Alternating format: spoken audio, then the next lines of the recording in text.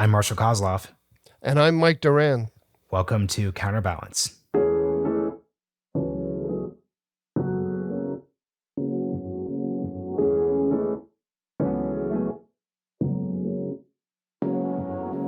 So Mike, this is our first episode. We have an amazing first interview with Representative Mike Gallagher from Wisconsin's 8th Congressional District. But let's just start here. What is Counterbalance? Counterbalance came from our feeling that the public discourse in the United States today, particularly about foreign policy, but just the public discourse in general, is so canned. It's so inauthentic. It has become so ideological that intelligent people are no longer exploring different points of view. We want to counterbalance all of the canned discussions out there with discussions with real people who are interesting, people who are not just repeating talking points to us. And the thing is, it's difficult in this format to often speak with folks who are engaged directly in politics because oftentimes it's hard to have frank conversations. So when we bring Representative Gallagher as the first guest, that really, from our perspective, is an endorsement of his perspective, his authenticity. I've previously interviewed Representative Gallagher for the Hudson Institute, and I found it a remarkably open and frank conversation. And as you discussed during the episode, the two of you have a long-term relationship, beginning when he was an undergraduate at Princeton. So there's obviously something deeper to the relationships we want to speak about with him. Oh yeah, I consider him a friend. He was my student at Princeton, so I've known him for nearly 20 years. Can't remember what year he was a student there. And I developed a really strong relationship with him when he was a student, precisely for the reasons you're saying, because he's a very authentic, straightforward guy. Became a Marine after right. The minute he got out of Princeton, he went off to the Marine Corps, went and fought in Iraq.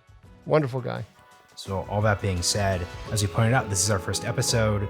We've loved the reception we've gotten so far. Thank you to everyone who rated the podcast so far. So our asks for you, we are going to be at this all year. We would love to get feedback about our guest selection, topics we should cover, and remaining really engaged with you all as an audience. So we hope you enjoy this first episode. Let's dive in. Representative Gallagher, welcome to the first episode of Counterbalance. I am honored to be here on the inaugural episode of Counterbalance. It's great to have you. Do you want to know what Counterbalance is? I would very much like to know. I don't know where I am, why I'm here, who you are. I mean, just give me some background. I'm a little bit confused myself. Marshall, who are we? Why are we here? And what is Counterbalance? Well, here's what Counterbalance is. This is basically a podcast where we're interested in exploring the idea that no matter what happens in 2021, no matter when the economy reopens, there's no way we're going back to the world of 2015. So you're suggesting we're never going back to the world as it was prior to coronavirus? Not COVID per se, but that would include President Trump's election, 2015. Okay. That would include Brexit, and then I would add COVID to that as well too. So you really have a trifecta. So there's some sort of fundamental disruption happening right now. I think what we're counterbalanced. Yes, there's a fundamental disruption, and what we feel needs to be counterbalanced is the discussion of this issue, the public discussion of this issue. Everybody is locked in their talking points. The media is, the media discussion is just information operation after information operation. And so we said, let's bring in intelligent people who can write well. And none of them were available. No, let's bring in intelligent people who and just have freewheeling discussions about what's going on, particularly on foreign policy, but not only, and not be overly concerned about whether we are repeating the proper talking points of the day, and absolutely no concern about political correctness. So the first question for you, is that true, or do you disagree? Yes. I think, well, in a few areas, right? I think you got to step back and consider what have we actually learned in the midst of the pandemic. And to me, I mean, there's a few obvious conclusions you can derive that I'll try and just put in very simple terms, and you can push back if you think I'm wrong on this. Well, one, I think we've learned what the Trump administration was suggesting for 4 years, which is that the Chinese Communist Party cannot be trusted and is indeed our foremost geopolitical threat. And that will remain true for the next 3 decades. And we witnessed a complete reorientation of U.S. foreign policy. And right now, the fact is we still have CCP apparatchiks that are out there on social media platforms, American social media companies spreading dangerous propaganda. And they're actually being successful in winning the global propaganda war and spreading dangerous lies about the American government, particularly for Asian audiences. So that's one. I think second biggest lesson learned, or second biggest lasting impact of the pandemic, is going to be a complete disruption in terms of how we work. I don't think we're ever going back to, in certain cases, the status quo ante in terms of investment in large headquarters in Manhattan and Illinois and LA. I do think that the hybrid work model is here to stay. And I think that's going to have interesting implications for our economy, both positive and negative. There's been some real productivity gains in the last year that would have not happened were it not for the pandemic. But the third thing, and maybe to relate thing one and thing two, is I do think there is going to be perhaps the most difficult question that public policy needs to answer over the next decade is how to effectuate some form of selective economic decoupling from China and some form of onshoring or reshoring so that we're never again critically dependent on a foreign government for the manufacturing of basic medical devices, pharmaceuticals, and things like that. So those are sort of the three things that I think are never going back to the status quo pre-coronavirus, if that makes sense. Let me tell you a story. I hope you're right that there's a consensus that China is now an adversary, and we have to organize to, if not defeat it, at least to weaken it. But I learned something recently. I'm not going to name names, but well, you have to name names, and I'm not going to name a name just because this is a person who's kind of a friend, but. Somebody I knew from undergraduate days, he was older than me, he was a graduate student when I was an undergraduate at Stanford, is now lobbying for American higher education in Washington, D.C., lobbying successfully to lift the restrictions on reporting gifts from China to American universities, because our universities have gotten so much money from, and these are our best universities we're talking about, particularly our scientifically advanced universities, and it looks like with success, as far as I can tell. I mean, is what I'm asking. That's just one little anecdote. Do you really think that the Biden team, Wall Street, Hollywood, are they really committed to competing with China? No, but I still think my hypothesis is valid because I think the American people have a much deeper reservoir of common sense than politicians tend to give them credit for. And I think that's ultimately more powerful than sort of the more fleeting cultural power that Hollywood or academia exercise. Interestingly enough, I got in trouble with Georgetown, and I love Georgetown. I went to graduate school there because I wrote this letter saying they shouldn't have accepted $10 million from something called the CP Group, which has explicit links to the Chinese Communist Party and the United Front Work Department. And so I think, well, there's sort of two things coming out of the pandemic. One, I think this is an extinction level event for a lot of mid-tier four-year universities. And they may not realize it yet, but unless we completely rethink the model of higher education or rethink the value proposition of higher education, there are going to be a lot of four-year colleges that are struggling a decade from now and may not exist a decade from now. So that's sort of one thing that's a little bit separate than your specific point about Chinese influence. But I think it's actually a bipartisan position in Congress that there should be more scrutiny of Confucius Institutes on college campuses. I don't think that's going away, even though the Biden administration may relax the Trump administration executive orders on those issues, if that makes sense. Well, the key thing is that Confucius Institutes are closing across the country already. Because the key distinction is, and I love how you brought up Hollywood, there are sectors that are directly related to national security. And in that place, there seems to be a key bipartisan agreement. Every member of Congress speak, if I'm incorrect about this, would not object to the framing that there's this takeaway from COVID, which is that we were far too dependent in these critical industries. There are industries like Hollywood that, for obvious political reasons, we could be dissatisfied, whether it's the national anthem, Hong Kong, et cetera, et cetera, et cetera. But there isn't quite the same national security tie. There could be things that happen in Hollywood that we don't like, but that also isn't the national security tie. So I think you could bracket those two examples together. But I think your example of higher ed and the fact that colleges are going to go out of business is actually directly tied to your first point, in that why is it that a lot of universities love international students? It's because they'll pay tuition rates that go above and beyond. So, for example, at the University of Oregon, international students actually pay far above the the tuition rate. You could have a second, third tier university that isn't actually that good of a value proposition for an American student, but is a great value proposition if you're an international student. So it actually does all tie together. Well, maybe to add a little bit of evidence to my claim here. I mean, I may have said this before somewhere.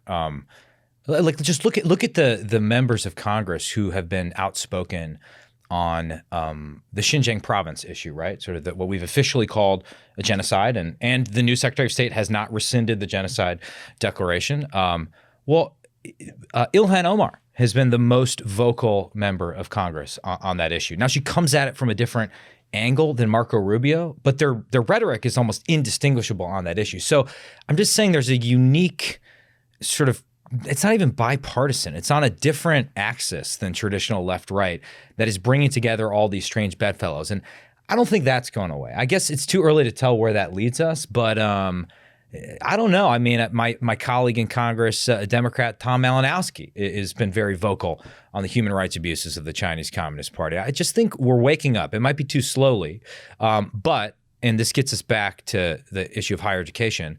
I mean, if you're going to map out like the 3 things we need to do to defeat the CCP over the next 2 decades, I mean, what would be those things, right? I mean, the most obvious is probably we need to modernize our military so that it can actually deter the PLA and the PLA Navy in particular by denial in Indo-PACOM and the First Island Chain. But like the second thing would probably be we need to fix our public education system so that it produces 18-year-olds that are like smart, resilient, and can immediately contribute to society and the economy. And that's not the public education system. That's certainly not the higher education system we have right now. I'm open to what the third thing would be. I was going to let my old professor, Michael Duran, contribute to that. Oh, that reminds me. We didn't. Yeah, by the way, I was completely unprepared for this whole China thing when I was taking your class in the Middle East as an undergrad. We didn't. I'm ignoring that. We didn't do formal. We didn't do formal introductions here. This is our first episode, so we're I guess we're kind of casual and freewheeling. Yeah. But you are Representative Mike Gallagher. You're a graduate of Princeton University, where some of the finest professors in the world shaped your mind. This is right? true. Right, and then you were a Marine, 2 tours in Iraq. Yes. You then came back and you were the lead Middle East staffer on the Senate Foreign Relations Committee. And at the same time, you wrote a PhD. You're really an overachiever, I think, when we think about it. Well, we look at it closely. Like, how can anyone have all of these achievements at such a young age? It all goes back to sophomore year at Princeton University. This is a true story. I was taking Professor Duran's class. He was a very popular professor at the time. I think it was Introduction to the Middle East, or I forget what the title of it. As I remembered, it was China and the Middle East. Yeah, that's right. Prescient. Yeah. Very prescient, very smart. Yeah, were those 2 foreign affairs articles you became famous for in the early 2000s, were those about China? Or if you record them and play it backwards, it's all about China. Okay, that's right. And I was a typical like David Brooks organization kid. I was good at checking all the boxes and doing all the extracurriculars, and went to Princeton thinking I was a really good writer and a really good student. And then on my first paper, which I actually tried very hard on, I didn't slack off or procrastinate, Professor Duran gave me a C+ and told me it was one of the worst written papers in the entire class.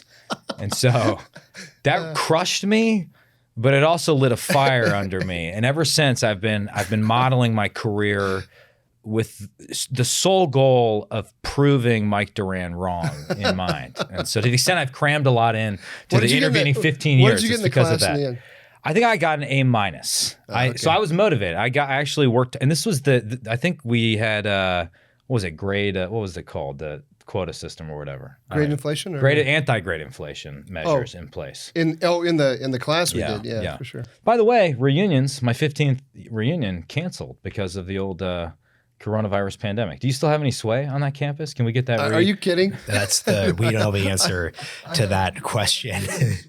I have a quick question though. Before, as an undergraduate, right? Your whole point of being an organization, teen, undergrad, et cetera, is that you study the Middle East. You focus on that part of U.S. foreign policy.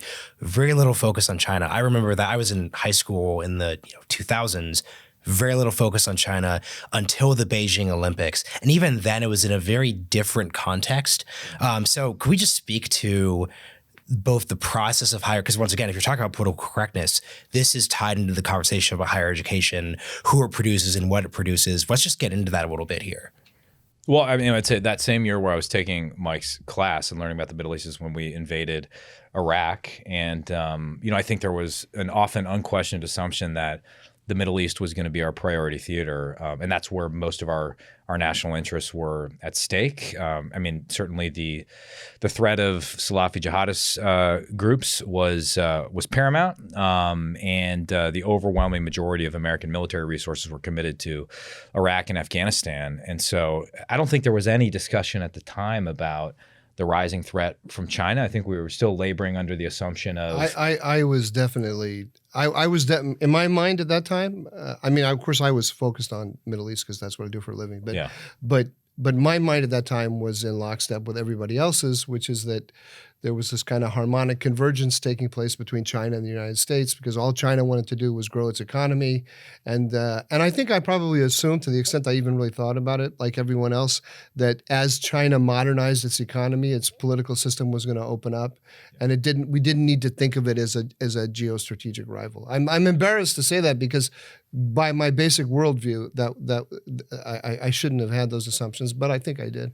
Well, there's a logic to that whole theory, right? It's not like it was. It's not a stupid theory. Yeah, it's just theory. wrong. Yeah, it just happened not to work at all. We underestimated the negative externalities of China's accession to the WTO, or perhaps overestimated the extent to which they would abide by the commitments they would make. But for me, to be honest, and I'm ashamed to admit this, because I then spent the next decade effectively in uniform, either deployed to CENTCOM or working in the intelligence community here in D.C., still not questioning the idea that we would be fighting terrorist groups, for time immemorial. Indeed, when I moved back home to work for Governor Walker when he ran for president, and I'd come from being the Middle East guy on the Senate Foreign Relations Committee, and I remember I was on the campaign when the OPM hack happened, and we had this brutal debate about whether whether we should call for Obama to cancel. That got covered up quickly. In fact, for some of our younger listeners, why don't you just quickly say what the OPM hack was? Because I bet a lot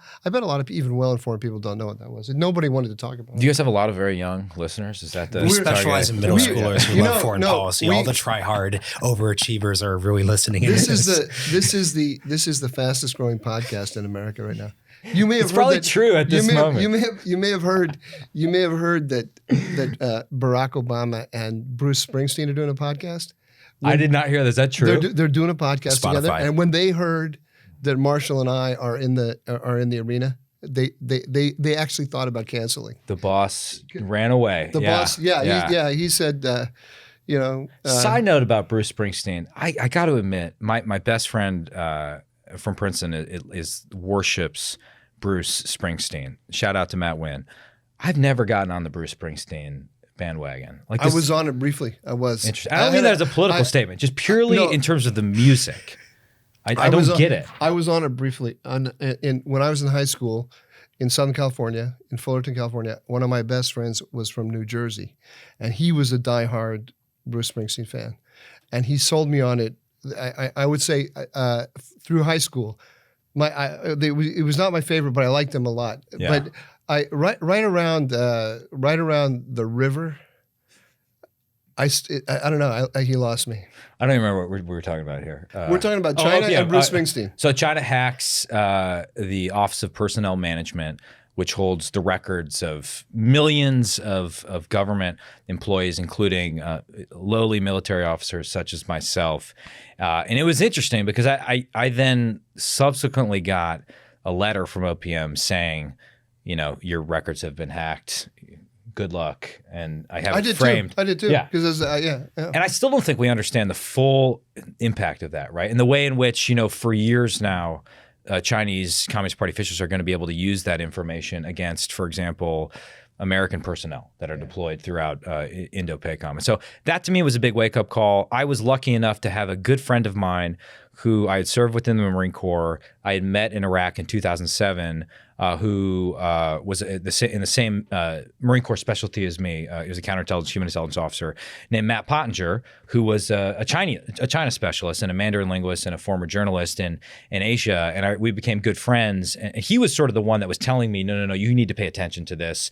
I get that you are an aspiring Arabist. Are we still allowed to use that term? What's the term of art? No. It's, don't even talk about it. Is that is that an evil Bernard Lewis? Move on. We gave up on the show's idea within 20 minutes. It took 20 minutes and you already crumbled. You want to talk about Springsteen for 45 minutes? I got a lot of thoughts. You think that I'm really fearless in the face of cancel culture? No, I'm quivering here. Oh my God, we've been totally savage. Okay, so to get back to your I had this old big wake up call that I think parallels the wake up call that a lot of national security professionals had. Some were more forward leaning than others. I spent about a year, my first year in Congress, working with Matt Pottinger in a series of breakfast meetings we did once a month, basically listening to him talk, and I would take notes, and I just tried to organize my thoughts on the China threat and the Chinese Communist Party in particular, and that came out in a 5,000-word piece I published in The American Interest. And that was more of like a forcing function for me to kind of grapple intellectually with this thing that I'd ignored for the better part of 2 decades. But I'd be curious. I mean, so I made the statement early on that I think this is actually the new bipartisan foreign policy consensus, that China is the pacing threat and Indo-PACOM is the priority theater. Do you guys agree or disagree with that statement? Agree. The Biden administration, and once again, this is strategic analysis, not tactical. I'm not going to endorse every decision that the administration makes, but the Uyghur genocide decision, choosing not to walk that back is a point of no return, especially for Democratic center-left folks. The other key thing, too, is there's a reason we're not hearing about the trade war anymore, which is this argument is going to change from the Trumpian economic one to one more based around human rights. But there just seem to be these clear sets of decisions that they could have reverted. There could have been this very clear argument from the Democratic Party, from Biden administration officials saying, hey, the Trump administration chose to focus on the wrong threat. They should have focused on Russia. And I think that rhetoric is still there. That rhetoric is still there if you watch MSNBC. But I don't think at a policy staffer level that is believed by anyone seriously. Interesting. I got maybe a slightly different view. In that I hope you're right. I listened to everything you said about the consensus in Congress, or the growing consensus, and how there's going to be heat from the American public that Wall Street and Hollywood and higher education are going to have to feel. I mean, the NBA has just thoroughly beclowned itself over the last year with all this stuff. But when I look at the political correctness in colleges and universities, and I see how deeply the Democratic Party is committed to a woke revolution in our universities, including woke science, and I see how they are covering for higher ed now.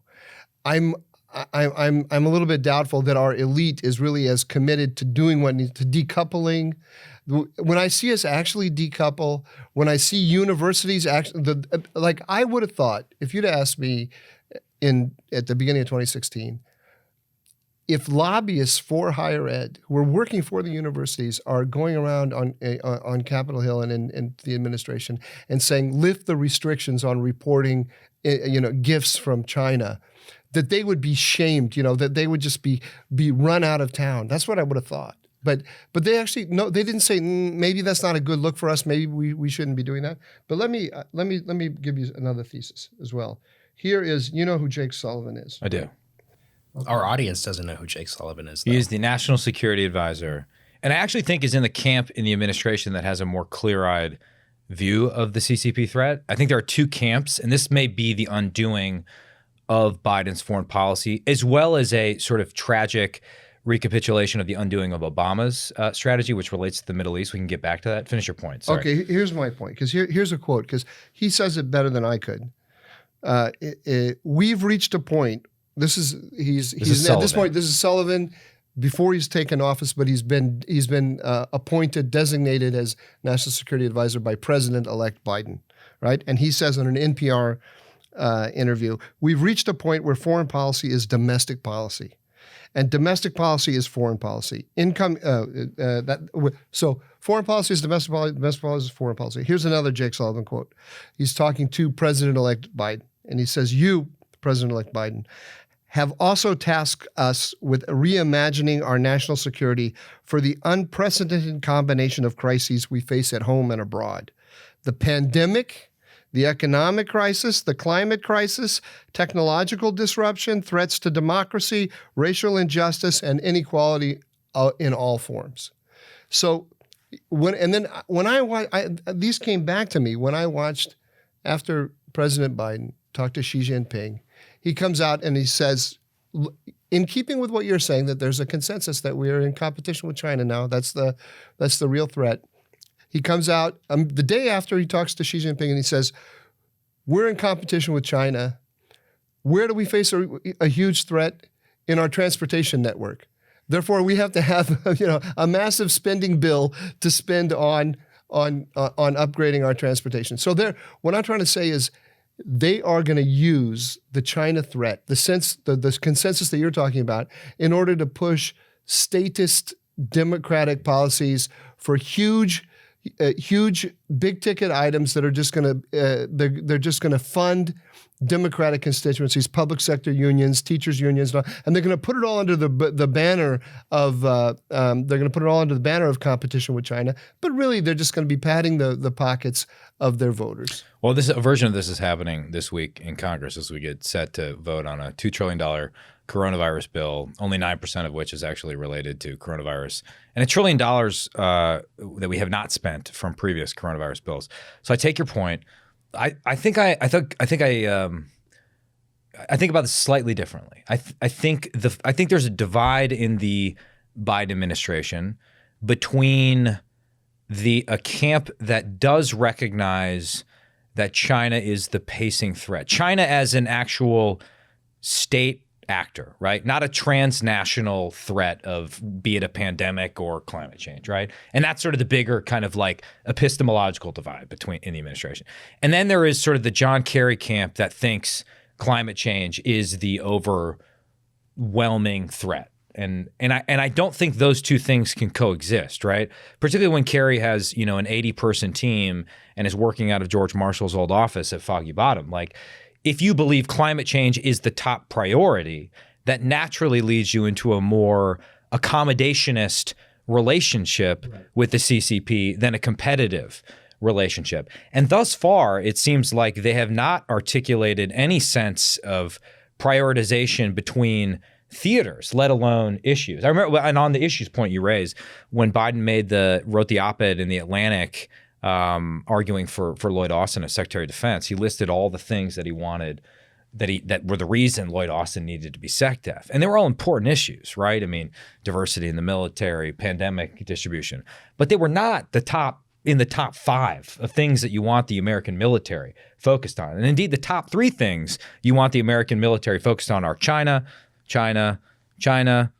then possibly Russia, then a combination of Iran and Salafi jihadist groups in the Middle East. Yeah, I actually think that that Iran is China. Explain that. I think that China is using Iran as its stalking horse in the Middle East. I'll give you one little example. Always makes me nervous when these Duran theories, because you have an infuriating habit of being right over time. So I like to hear that. Okay. You're just one little statistic. Between 2010 and 2018, China increased its investment in one Arab country by 1,000%, much more than in any other country. and that country was Iraq. And I learned this just in the last summer. I was not aware of it. I called up all my friends who do Middle East policy, and I have at least 2 friends, and I called them up and I said, Your wife doesn't count. My wife is my wife, and then I have 2 friends. So no, nobody knew this. And so here's the deal, right? If you're China, isn't this great? These Iranian trained and equipped militias have made Iraq completely inhospitable to American businesses. Americans can't go invest in Iraq because they're going to get kidnapped or killed. But China can, and China's in there at 1,000%. And we're so dumb that because it doesn't occur to us that they can actually have an arrangement like this where they don't announce it publicly. We actually give the Chinese credit for coming in and building the Iraqi economy, because building the Iraqi economy is, in our eyes, an American project. And Interesting. So I not to go and develop a whole long thesis on this, but I think I can go around the Middle East and show where they're behaving like this with Russia and China all over the middle. With Russia and the Chinese are behaving like this with Russia and Iran all over the region. And the Biden administration, one of the things that bothers me about their policy on Iran is that they see a kind of real separation between the East Asian theater. Or maybe the East Asian and Indian Ocean theater, and the Middle East. And I think it's all one.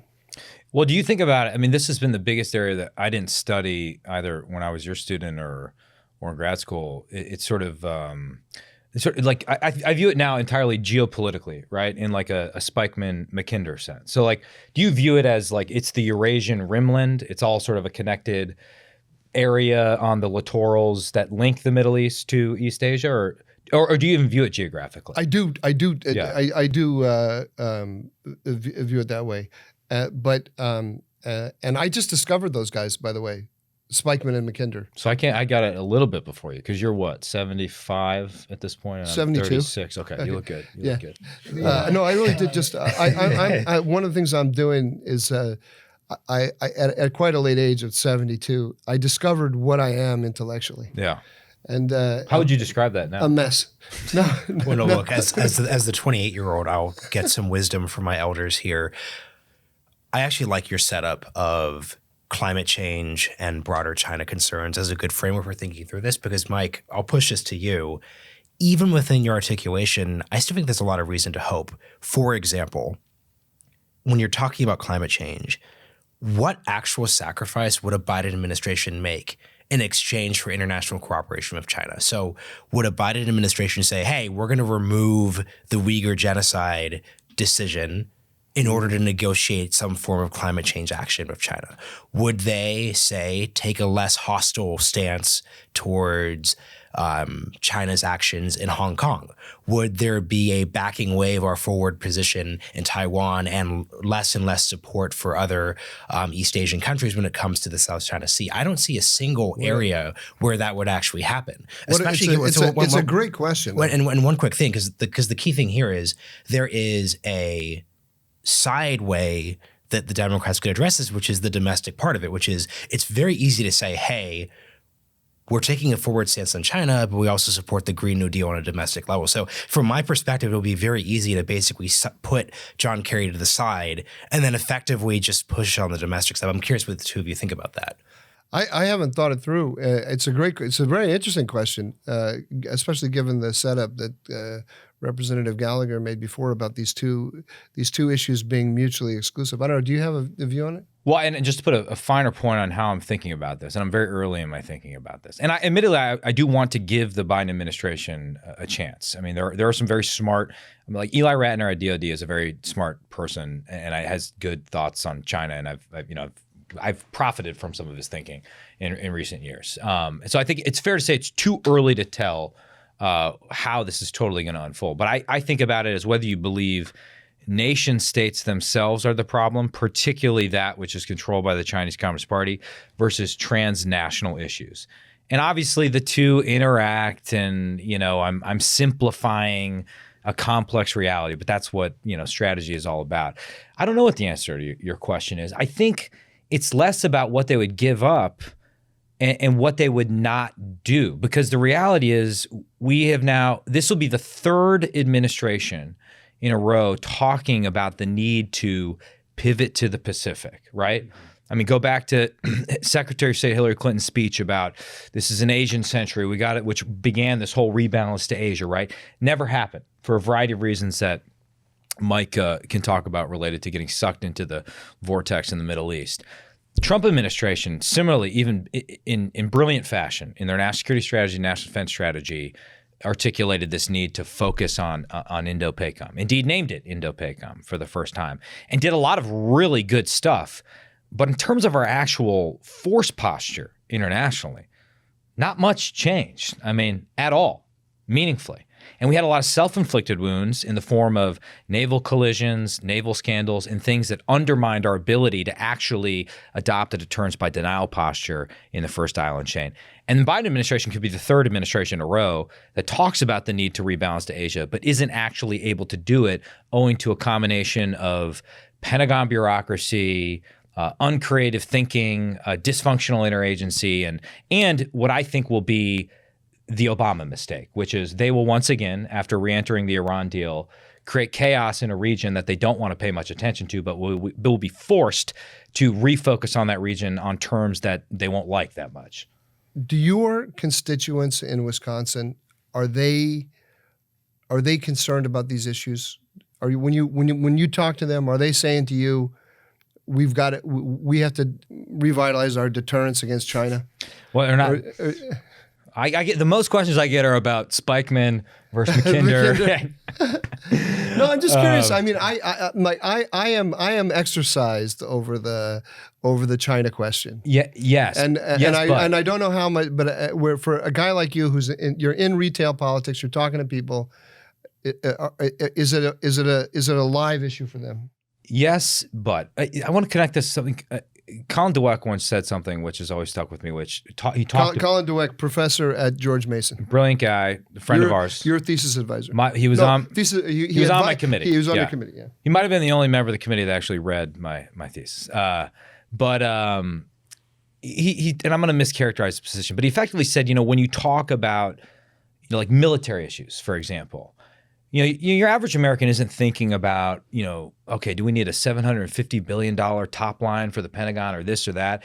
When you talk about rebuilding the military, you're communicating a cultural point about respect for America and American values as much as you are communicating a point about the safety of the country and America's role in the world, if that makes sense. And similarly, I think when we talk about China, we're not just talking about this sort of like abstract foreign policy issues about how are we going to help Taiwan defend itself from an invasion or an economic coercion strategy.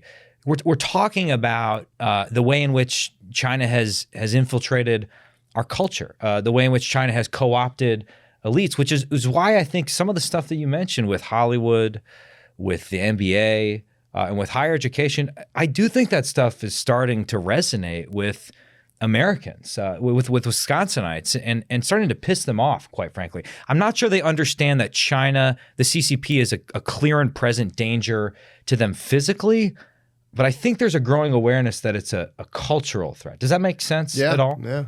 I could be wrong about that. As my position as a podcaster in DC, I completely agree with your perception, how things actually look. But Mike, not to steal your question, but I think I'd actually rather ask it myself to set it up. You pointed out that aside from the relationship at Princeton, the two of you actually worked together under the Scott Walker campaign for president in 2016. And Scott Walker has gone on to lead the Young Americans Foundation, which in many ways is tasked with keeping the legacy of Ronald Reagan, who really was this figure, obviously, as president and afterwards, who united the conservative movement. And as we're talking about foreign policy, the focus of this podcast, how would you sum up the state of the right's debates over foreign policy right after the past 4 years? Because the part that's difficult for me is that so much of what happened in the last 4 years, if you change the context, you could see an entirely different reaction. So in many ways, I could see President Trump taking a variety of different stands. There would be a lot of actual folks who would be completely fine with that as well, too. So there's just a very difficult I mean, for context, depending how there are a lot of folks who write for places like the American Conservative who say that this is truly the moment where realism took over the GOP, and there's this deeper movement against this. And yes, there's opposition to endless wars, but from my perspective, I don't quite know what endless wars mean, especially. But a quick thing on this, Mike, that I'll throw to you, which is a lot of people on the right now critique our presence in Afghanistan, but from my perspective, the fact that we're still there suggests that it's actually politically viable. So I actually don't know what this language means. So to sum it all up, how do you just perceive these debates on the right? This is a question to me. So this is why I stole your question, because it was a great question about Reagan's legacy and what the right means today, but it actually applies to the two of you. Yeah. Let me throw it to our guest. Well, I think about it like this. I think there is. I think the debate over it. There's a tendency among I think the public intellectuals on the right to sort of foist these outdated categories onto different members of Congress and just different foreign policy voices, conservative foreign policy voices. And traditionally, this is a distinction between the neocons, the evil endless war neocons, and then the isolationists, right? That is a dramatic oversimplification. I actually think there's far more consensus right now within the party than most people realize. And a lot of it is just consensus that is a result of an agreement on the threat posed by China. I mean, I think you'd find Liz Cheney's rhetoric on China indistinguishable from someone who would be associated with the isolationist camp, right? Like Matt Gaetz or something, and they don't like each other, right? Mm-hmm. So but I think on China they probably agree. They might have important distinctions I'm unaware of. The real wedge issues are Iraq and Afghanistan, right? It's the Middle East. Mm-hmm. But isn't there just like an obvious solution that I think most people agree upon, which is that the best way to responsibly reduce our force presence in the Middle East without opening up a vacuum that Iran can exploit is to work by, with, and through our allies on the ground, have a light footprint, primarily of special operators, that has a high impact, that harnesses the natural traditional alliance structure in the region, right, between Israel and the Sunni Arab Gulf state, that builds upon the Abraham Accords and allows us over time to rebalance those assets in Indo-PACOM for a far higher priority theater. And that leads you on a glide path to a minimal CT presence in Afghanistan, et cetera, et cetera. I don't know. I feel like there's a solution there. I totally agree with you 100%. But I think that's what makes us Republicans and not Democrats. The Democrats are all about now outreach to Iran. And instead of containing Iran and Russia, they're gonna do outreach to Iran. Well, the key thing, Mike, is the question was the Republican Party, right? So on the Republican side, yeah, there's that would be the. I hope that we can find that. Yeah, I don't see any like Rand Paul isn't I guess I don't follow his writing closely. I don't think he's making the argument that we need to accommodate Iran in order to. No, look, nobody who wants to accommodate Iran says I want to accommodate Iran. Well, I said we need a new equilibrium in the Middle East. They have all kinds of phrases in which Spy would say. But Rand Paul, as far as I can tell, Rand Paul's policy is not much different from Obama's and on Iran. I don't know. But I think the core pillar of Reagan's legacy remains intact, which is the enduring value of American deterrence, right?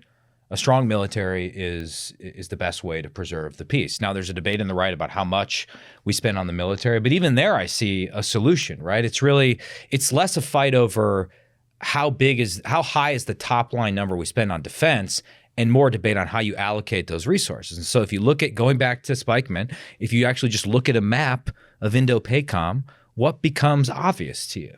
There's a lot of water in that theater, right? Which means that the Navy is probably going to be the priority service in that fight. It's an air-sea battle, right? It's Navy and Air Force, and therefore growing the Army at a time when Indo-PACOM is the priority theater is probably not the wisest investment of defense dollars, right? Since we're saying that CENTCOM is no longer the top priority. So I don't know. I see solutions to all these problems. And the fact is, as someone who spent a lot of time thinking about the late 40s and early 50s, this debate is not new in the Republican Party. I mean, this was the core debate that Eisenhower resolved for the better part of 8 years. Eisenhower, who regretted Suez, I believe. Was that the subject of a book I once read by a brilliant scholar? Eisenhower? Who's Eisenhower? Why? Just going back to something you said about that, your unnamed friend in academia who's going around lobbying to get rid of these restrictions, Yeah, right? I'm sure he's getting very rich on it. Why do you? Well, is that what it is? Because for the NBA in Hollywood, the explanation to me is obvious. It's money, right? They want to make a ton of money in China, and so they're selling out. They have no core conviction or sense that they play for Team America. They just want money. Yeah, I'd say it's a mix. It's a mix of the financial incentive, but also the fact that, look, these are center left people who don't have a deep understanding of foreign policy. Yeah, like that's all I'm saying. This isn't. I don't think it's. I think it's a combination of greed and but also of ignorance. Like I actually, for example, I do not like when LeBron James said the really horrific things he said about the stand against the Chinese actions in Hong Kong. I actually do not think he obviously wanted to sell shoes in like China, but I do not think he had an understanding of the implications of what he was saying. So that's not to excuse it, but I think that's what's difficult about the China debate, which is that on a time scale, it's so new. I mean, what were we talking about at the start of the episode? Like 15, 20 years ago, none of us who do this for a living were focused on this. I know for a fact that NBA executives, athletes who've been literally brought up to believe that your entire job is to sell shoes, you're a global citizen, there's no such thing as an American company, the NBA is the most global brand ever. Obviously, you're going to want to sell to a Chinese market that really likes you. Like, Yao Ming is a superstar for a reason. Like the Houston Rockets are the number one team in China, or at least they were, for a reason. So that's the complicated part of it. And that's why I want us to be cautious. I think there's an imperceptible, almost, I don't want to say grace period, because I think we've probably exceeded it, but I understand on a political level why many executives handle this issue poorly. Yeah. We have a scholar here at Hudson named John Lee. He's in Australia, expert on China. He talks about elite capture. Yep. And he says that the Chinese are experts on elite capture. And he explains that China is so big and ruling China is so hard. It begins at home. They learn how to get their hooks into the local elites in their own country, and then they spread that model out.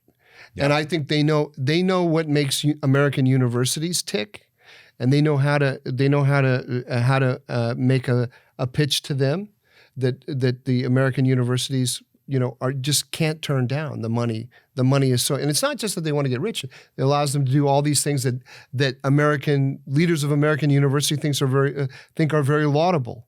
And they and in the current climate where this person I was talking about who's now lobbying for China, he and I were both students of a professor at Stanford who just passed away in August. Mark Mancall is his name, and Mark Mancall was my intellectual father, and I learned that he was on his deathbed, just when he was on his deathbed.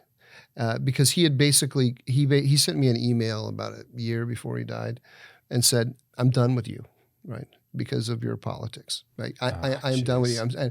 And I didn't believe it. I didn't believe, because we were very close. And I didn't believe that he was actually done with me. But then another friend of mine told me that they'd gone out to dinner, him and Mark had said to him, "I'm done with Mike. I'm done making excuses for him. He's hurting a lot of people.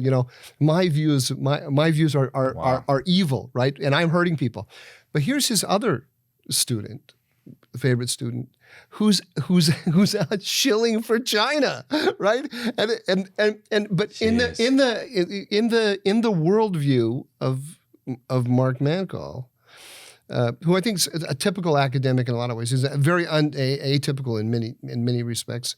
But these guys, they in the woke, if you have a woke worldview, then outreach to China is a laudable thing, because you're trying to bring cultures together. You're cosmopolitan. You're not. Look, who wants to break the tie to China, and who wants to decouple and so on? It's these stupid rubes in places like flyover Wisconsin. And Donald Trump. What is Donald Trump? Donald Trump doesn't know anything. So you on the domestic, cultural, and intellectual level, you feel that you're very moral, that you have this relationship with China. It's part of a project of creating global harmony between cultures. Well, I know we have to wrap up. That makes me think of two things. One, when it was reported that Obama's former top cybersecurity official in the NSC, Samir Jain, was effectively lobbying on behalf of Huawei. I sent a letter to the FBI and I said, hey, does this guy still have a clearance? It seemed like a fair question to ask. And I still haven't gotten a response to this day. And I think the biggest gap for the intelligence community and the law enforcement community is just the nature of united front work by the CCP and this phenomenon of elite capture. I think it's very poorly understood. Right. It's certainly poorly understood in Congress. It's poorly understood in particular how it happens in this city and the way they connect economic incentives to these cultural issues that you raise. And it's probably one of our biggest, it has to be one of our biggest priorities. They're forward. very good at it. I have another friend who told me from the business world. I've got to think about how to disguise all this because a major company, much in the news these days. Warren Buffett, you can say it, man. No, it goes goes to China, and the Chinese offered them a deal, and he said he went. It shook him up. It shook him up because they offered him a deal, and they said, "Here's how it's going to go." They were very blunt with him. They said they sat him down, executives from this company, said, "Here's how it's going to go. We're going to open up our market to you for 4 years. Sky's the limit, but we're going to take all of the proprietary information that you have after 4 years." Yep. And the thing is, they took the deal. They took the deal because they understood that these guys, they want to enrich themselves, but also they want short-term gains for their shareholders. So the Chinese understand how our system works, and they've gamed it. And we're not, and those guys feel a bit sheepish about what they did, handing over a lot of that, core assets of their company, really, in the end. But they took the deal. Meanwhile, and I think this may be where my theory breaks down now after the course of this long conversation, because I've gotten into trouble. I mean, I've argued in a Wall Street Journal op-ed that we are at the early stages of a new Cold War. I find that phrase helpful both for the similarities it illuminates as well as the notable differences it illuminates. But Bob Zoellick and others have disagreed with me on this. But I do think maybe the biggest difference between the old Cold War and the new is the fact that there doesn't seem to be a consensus right now that we are the good guys and that we deserve to win this competition, right? And indeed, you have prominent academics making the argument that we'd be better off adopting the Chinese model, right? And praising them for their response to the pandemic. It's remarkable. My wife turned to me the other day, we were watching TV. She's like, why aren't people more mad at China about coronavirus?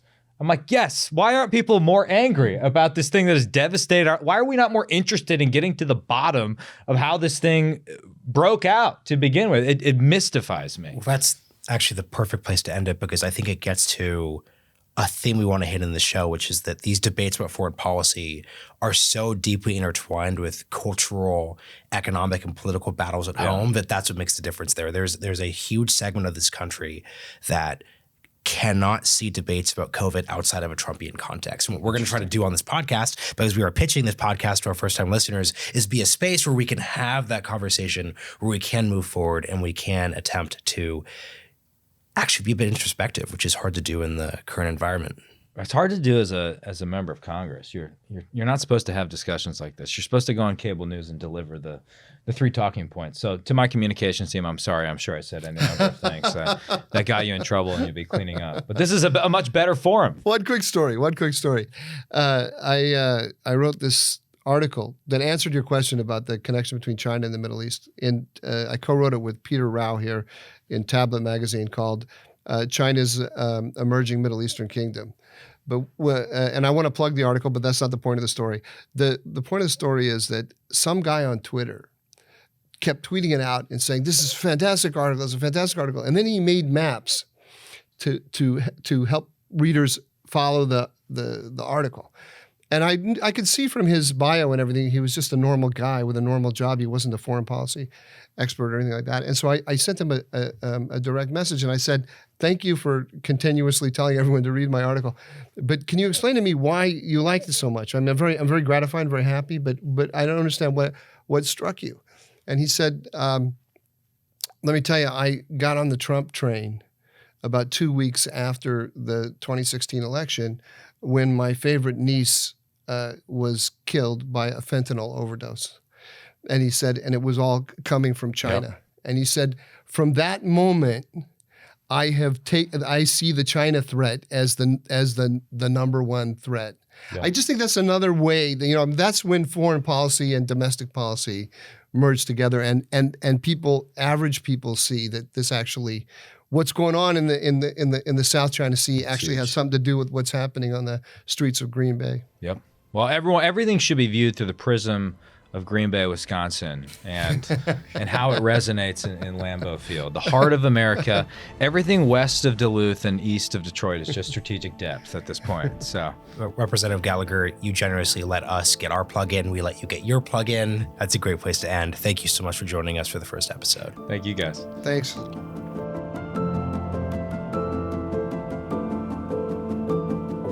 We hope you enjoyed the episode. Please remember to subscribe wherever you find your podcasts.